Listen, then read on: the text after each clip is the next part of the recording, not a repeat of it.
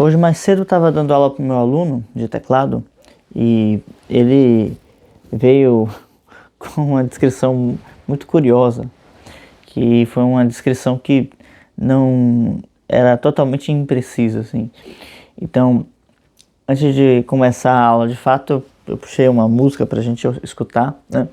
E uma música do Beethoven, né? A Quinta Sinfonia. E coloquei porque achei que seria legal para ele conhecer alguns temas, é uma música muito marcante. E até aí tudo bem, né? Coloquei, a gente escutou um pouco e depois fomos para a aula, né? Mas antes eu perguntei o que ele tinha achado da música, se ele tinha gostado, né? E ele não sabia dizer exatamente o que ele queria com aquilo. Falava e eu tentei puxar, né, algumas vezes, né? Aí eu perguntei para ele exatamente o que ele queria dizer, né? Porque ele me falou com algumas coisas muito imprecisas, mas ele falou algo mais ou menos do tipo que não é ruim, mas tem coisas mais legais pra gente fazer na aula, algo assim. Mas ele não conseguia dizer, né? E ele falou exatamente isso pra mim.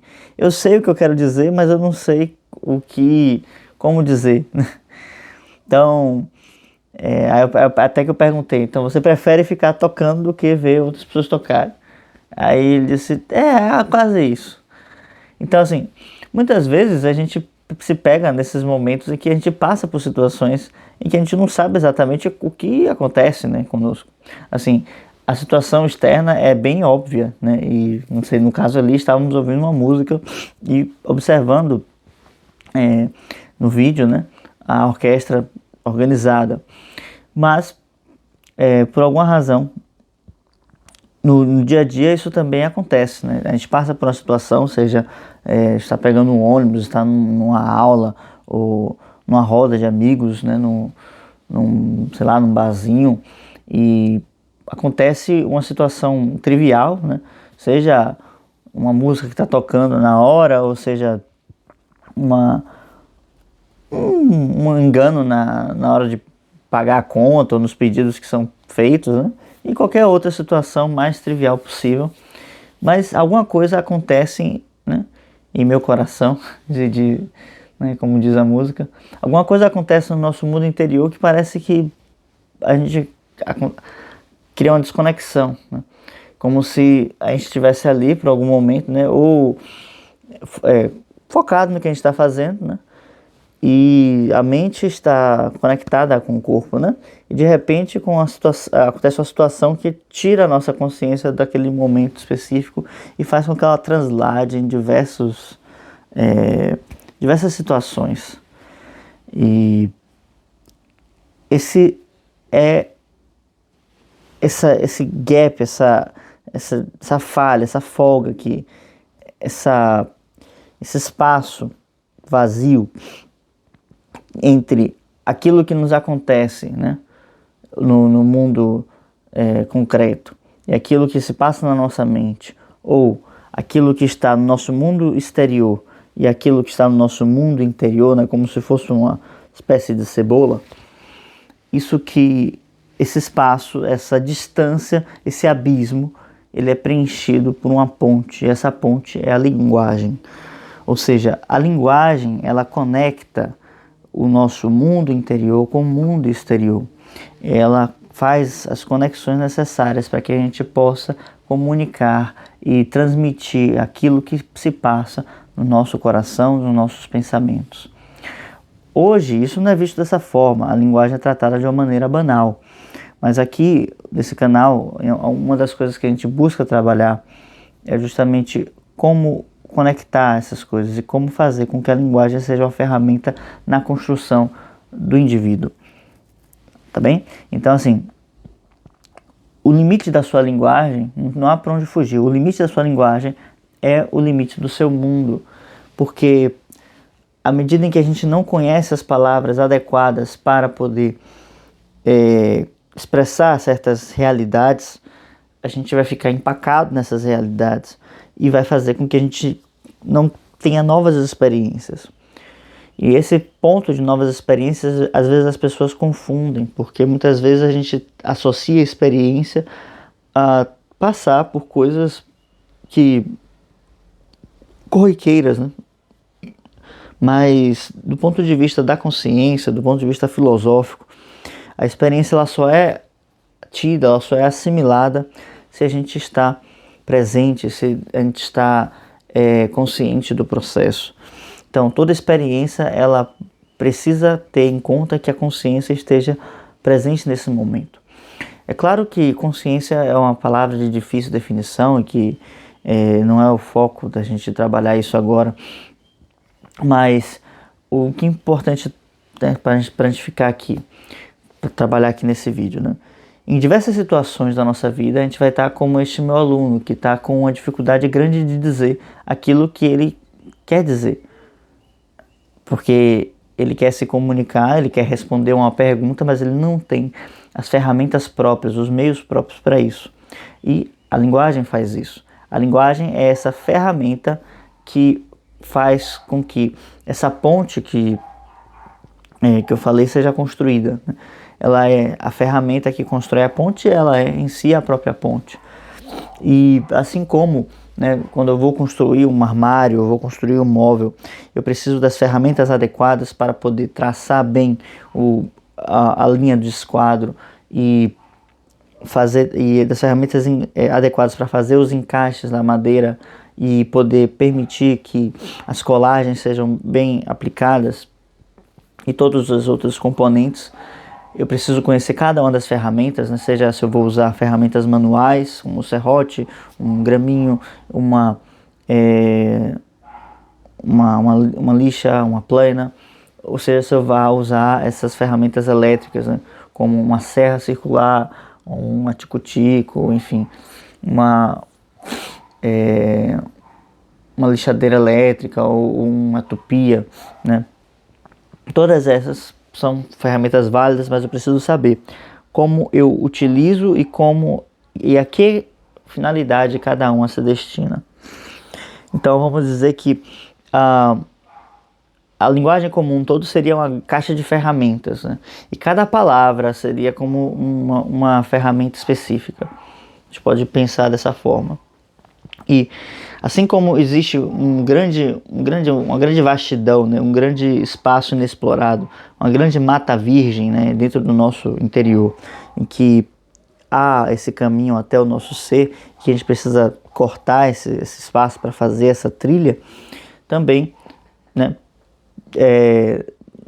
nas coisas, nas experiências que a gente passa, ou nas coisas que a gente aprende, também existem essas distâncias. Então, a ideia é que, assim como a gente precisa dominar certos atributos nas coisas que a gente faz no dia a dia, né, também a gente precisa dominar a linguagem se a gente quiser chegar a essa expressão correta do ser.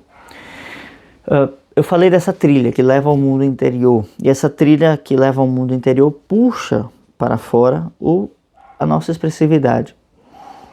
Daí, nesse puxar para fora, né, que advém justamente a palavra que dá origem à educação, né?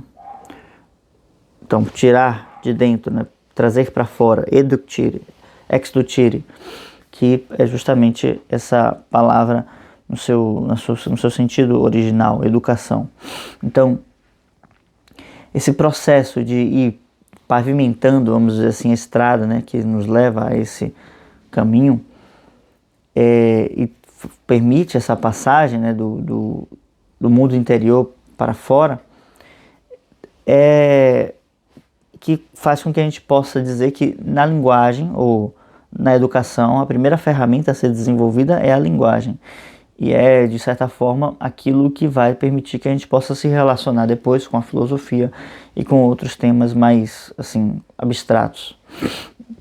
Porque à medida em que eu vou tomando contato com essas situações às quais eu não tenho um controle adequado ou que eu não tenho esse domínio específico, eu vou meio que me aprisionando nesses momentos, nesses lugares, certo? Nessas situações. e eu não consigo passar, como eu falei mais cedo, de uma para outra conscientemente, né? Então, eu vou, então, a partir de um processo de desenvolvimento da linguagem, construindo ou atribuindo ferramentas específicas para cada situação e, então, construindo essa possibilidade de comunicar-me com o mundo externo. Então, assim, nossa, esquentou pra caramba aqui, vou tirar esse casaco. Então, assim, à medida em que eu vou percebendo, né, essas dificuldades que eu preciso me comunicar ou que eu quero comunicar, eu vou então descobrindo essas lacunas. Mas aí como é que eu faço para poder preencher essas lacunas? Eu preciso adquirir vocabulário, esse é o primeiro passo da linguagem. E como eu vou adquirir vocabulário se eu não tenho, se eu não sei, né, por onde começar? Será que eu tenho que ler um dicionário? Será que eu tenho que, sei lá, perguntar para o ChatGPT, para o Google? Não, a gente precisa ver as coisas funcionando. Eu falei da linguagem como uma caixa de ferramentas, né? E de cada palavra como uma ferramenta específica. Então, assim como você precisa entender que a serra o material em ação, né? Ou seja, você precisa ver uma serra serrando para entender que ela serra, né? A gente também precisa entender ou vislumbrar a palavra, aí qual seria o verbo, né, da palavra? Palavreando, né? A palavra precisa estar em ação, ela precisa estar em ato, ela precisa estar construída na realidade. E como é que a palavra se constrói na realidade? Através dos diálogos? Sim. E por isso a gente aprende por imitação, né?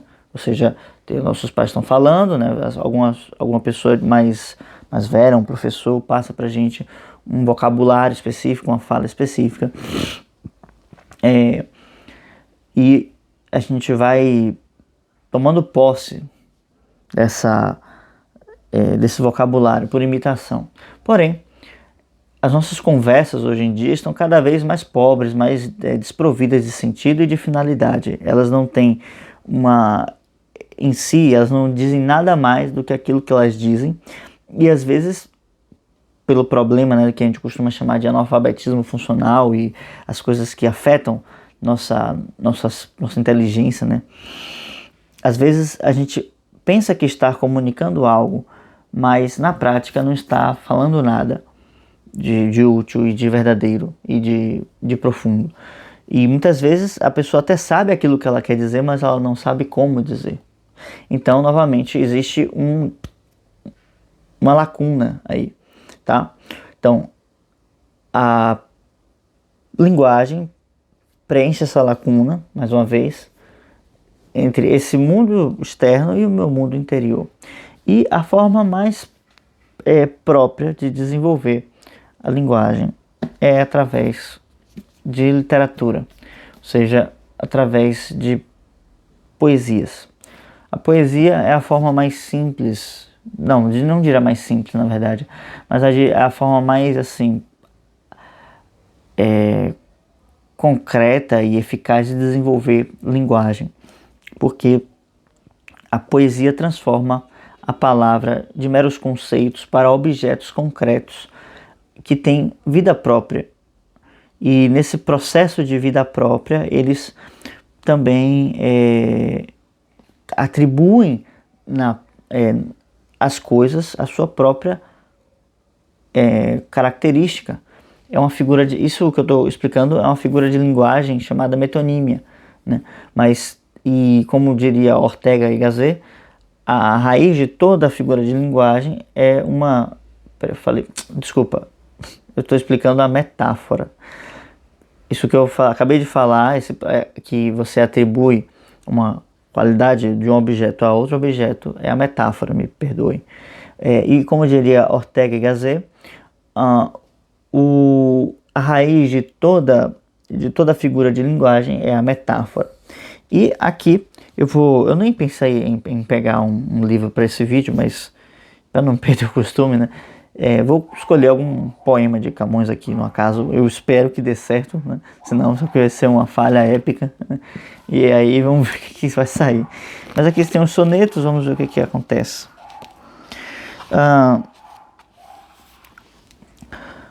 Deixa eu ver aqui. Eu vou ler qualquer coisa aqui e aí vamos ver o que acontece.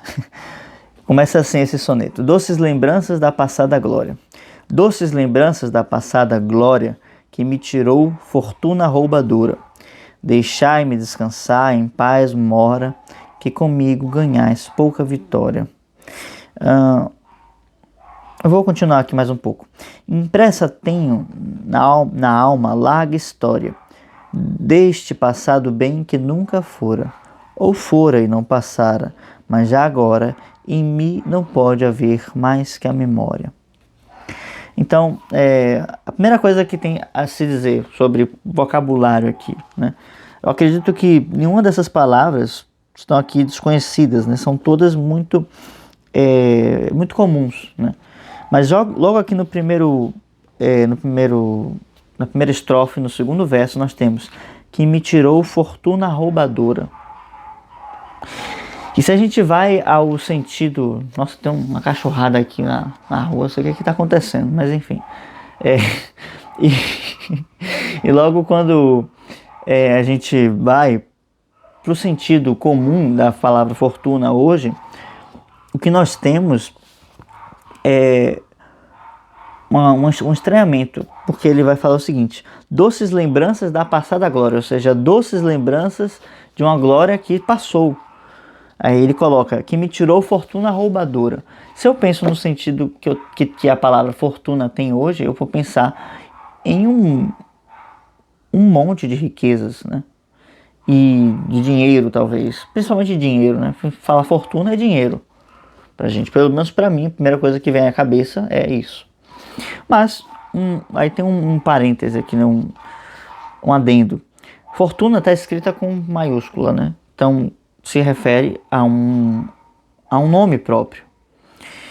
E aí, se eu faço uma pesquisa, né, histórica, eu vou entender que fortuna, na verdade, é não só a fortuna, como a gente chama hoje, mas a fortuna é principalmente para as sociedades medievais, ali na Renascença, né, no caso, como é isso aqui, e também no tempo clássico, no tempo dos romanos. Fortuna é uma deusa, né, que manipula ou que trabalha com a roda, né, a roda é uma coisa mais medieval, mas no período clássico já tinha essa ideia de fortuna como essa deusa que conferia as suas, como eu posso dizer, benesses, isso, as benesses, e também era uma questão, já tinha essa figura da roda, né? Já no clássico, agora eu estou lembrando, Boécio já fala dessa roda, então já tinha essa concepção comum, né, da fortuna como uma portadora de uma roda, e justamente ela distribui as benesses, mas quando distribui para um, tira de outro, ou seja, ela simplesmente transfere essas benesses, né? Então, ele está dizendo aqui o seguinte, que essas lembranças doces, né, de uma glória distante ou de uma glória do passado, foi tirada dele pela fortuna. Ou seja, essa fortuna que é uma deusa, né? É importante colocar isso porque quando os poetas clássicos eles vão se referir a qualquer coisa, ainda que seja de forma assim, como um perjúrio, como uma reclamação, um lamento, essa descrição, se ela está atrelada a um ser mais divinal, ela tem uma conotação mais solene, né? Ela traz um sentido mais elevado e de certa forma vai nos relacionar com elementos que a gente possa trabalhar muito bem, digo assim, de forma mais elevada, né? Como se a gente transmutasse essas coisas, esses elementos. Então,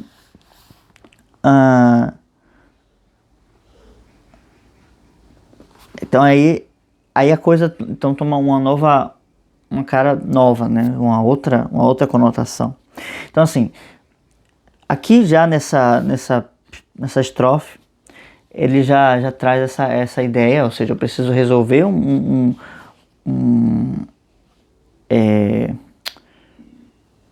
lacuna de linguagem aqui. Eu preciso ter o referente adequado, ou seja, eu preciso ter que a fortuna é uma deusa e é das suas atividades, porque do contrário, eu não a frase aqui perde todo o seu sentido, né? Os versos perdem todo o seu sentido, porque eu vou pensar em um dinheiro que rouba lembranças. Então não faz sentido.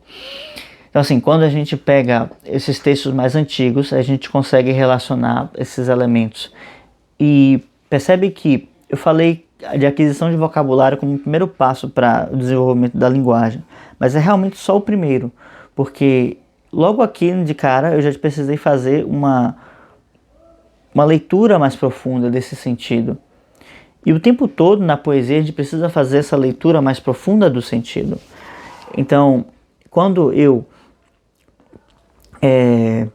busco na poesia não uma revelação, não é bem essa palavra, mas quando eu busco na poesia uma forma de desenvolver a linguagem, ela se dá em várias camadas, porque não se trata simplesmente de ter a palavra, mas se trata também de ter o conteúdo. E o conteúdo ele pode estar em diferentes níveis, certo? E aí a gente pode pensar em níveis de linguagem também, por que não? É interessante entender que quando eu penso, né? Quando eu desenvolvo esse contato com o vocabulário, eu vou começando a colecionar uma série de elementos, né? E aí, por exemplo, a gente pode ter certas confusões de vocabulário com os homônimos, né? Que são palavras que têm o mesmo nome, mas sentidos diferentes, significam referentes diferentes, ou seja, manga da camisa, manga fruta, né? Deixa eu pensar em uma outra aqui.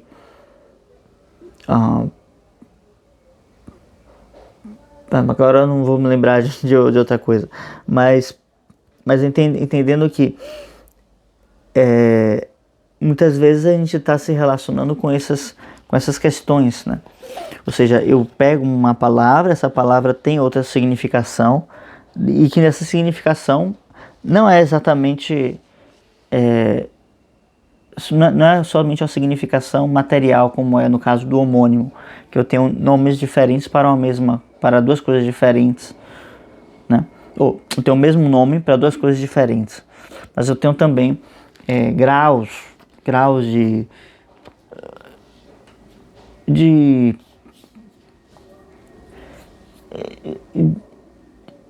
como transmitir aquela informação, né? Então, muitas vezes o que a poesia trata é de se relacionar com a palavra em sua forma, né? Porque a palavra tem uma forma, né? De tanto com os elementos fonéticos, né? Quanto também com os apoios rítmicos que esses elementos fonéticos fornecem, certo? E também com as significações sutis e abstratas que esses elementos vão fornecer, que essas palavras vão fornecer. Então, assim, eu simplesmente peguei aqui uma poesia ao acaso e tomei aqui para ler agora, né?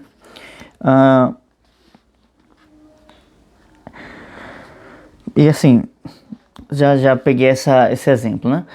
Mas enfim, foi só para dar um exemplo e não ficar sem um exercício aqui, mas percebe que esse exercício ele é muito necessário para todas as coisas que a gente precisa ir fazer na vida, né? Porque eu preciso pensar bem nas palavras que eu escolho para transmitir uma ideia específica. Não simplesmente posso chegar e falar qualquer coisa, simplesmente por falar. A palavra, ela não fala sozinha, ela não fala por ela mesma. Ela, para falar, precisa de mais do que ela mesma. Ela precisa de mais intencionalidade, ela precisa de uma estruturação do discurso. E essa intencionalidade com que o poeta emprega as palavras vai também dando uma forma específica e muito singular a isso. E aí, quando a gente vai então recolhendo essas palavras, né, esses signos, a gente vai então enriquecendo nossa mente, nossa memória com isso, e aos poucos construindo essa ponte que sai do mundo interior até o mundo externo, até a realidade, e eu posso me comunicar agora de forma mais livre, tá? E essa liberdade é o que proporciona justamente a linguagem, o desenvolvimento da linguagem. Então, acho que esse era o vídeo de hoje, né? Queria falar um pouco disso. Muitas vezes a gente não tem as palavras certas para dizer aquilo que é importante. E o que a gente consegue falar, na verdade, são muitas vezes elementos muito banais que acabam tomando maior parte do nosso tempo e a gente não tem esse momento para se dedicar às coisas do nosso mundo interior. Logo, a gente fica sem os recursos apropriados para descrevê-lo. Então, a poesia trabalha justamente nesse processo. E sempre que eu leio poesias, eu trabalho buscando esses diferentes níveis de significação e de transmissão da mensagem que ela traz. E claro, tudo isso tem um passo a passo. Mas vamos ficando por aqui. Se você gostou desse vídeo, deixa um like, por favor, se inscreva no canal e até a próxima. Qualquer coisa, deixa aqui nos comentários para eu saber. Tchau, tchau.